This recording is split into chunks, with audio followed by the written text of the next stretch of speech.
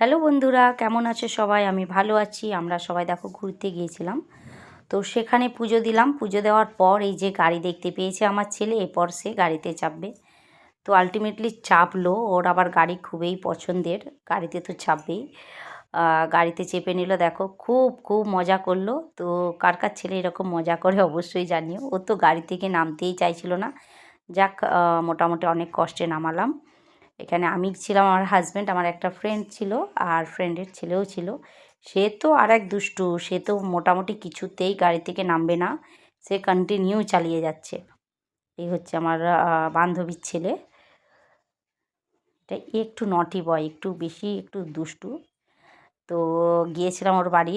ওখানে আমরা পুজো দিতে গিয়ে সবাই মিলে একটু আনন্দ করলাম, সাথে বাচ্চারাও আনন্দ করলো, খুব ভালো লাগলো। তো আমার ভিডিওটি তোমাদের কেমন লাগলো অবশ্যই জানিও।